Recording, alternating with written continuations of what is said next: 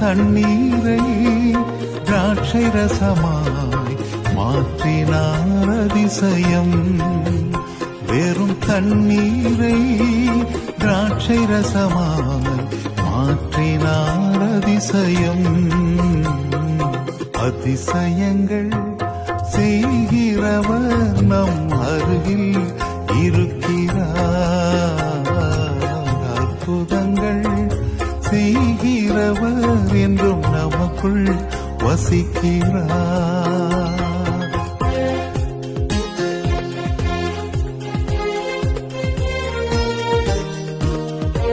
வெறும் தண்ணீரை திராட்சை ரசமாய் மாற்றினார் அதிசயம்.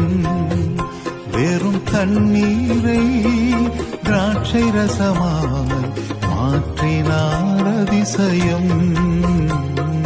அதிசயங்கள் செய்கிறவர் நம் அருகில் இருக்கிறார்.